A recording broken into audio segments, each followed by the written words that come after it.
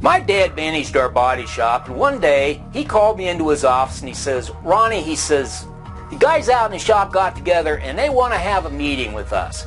Now I'll tell you what, he says, I want you to go out there with me and you keep your mouth shut. Now, the first rule of negotiating according to Morris Budman is keep your mouth shut and always let the other guy go first. Let the other guy talk. So I followed him out in the shop and he called the guys together and they all formed a little half moon in front of us. Now, here stands my dad.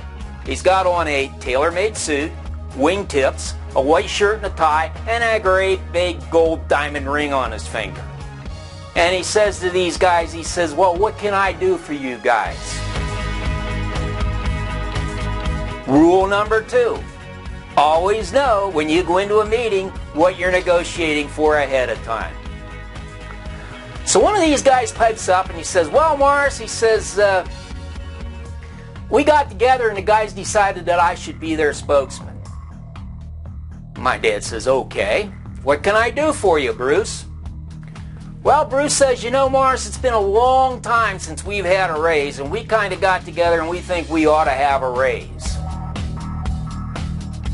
My dad thought for a minute and then he says, well, how much of a raise do you think you ought to have? Rule number 3, always know ahead of time what you're willing to give. So Bruce stands there and he says, well, he says, we all think we ought to have about 35 cents an hour raise. Again, my dad stands there, he takes his time answering, and finally he looks at him and he says, okay. I'm standing there looking at him about halfway flabbergasted. So anyhow, he says, you guys go back to work. He abruptly turns around and walks back in the office with me on his heels again. Well, we walked up to the secretary's desk. Her name was Gladys. And he says to Gladys, he says, hey Gladys, you know that 65 cents an hour I told you to give those guys this morning? Well, make it 35 cents.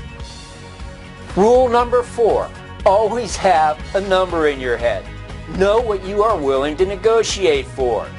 When he walked out in that shop, he knew full well his number was 65 cents. If Bruce had said to him 20 cents, that's exactly what Bruce would have gotten.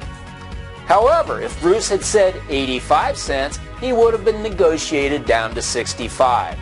Well, he got exactly what he wanted. He got 35 cents. So we learned quite a few rules from this, and we learned negotiating from an expert. I mean, I could tell you story after story about how this man interacted with other people. I wish I had half of his skills. Anyhow, I hope this little video helps you out, and you make it a great day, and thanks for watching.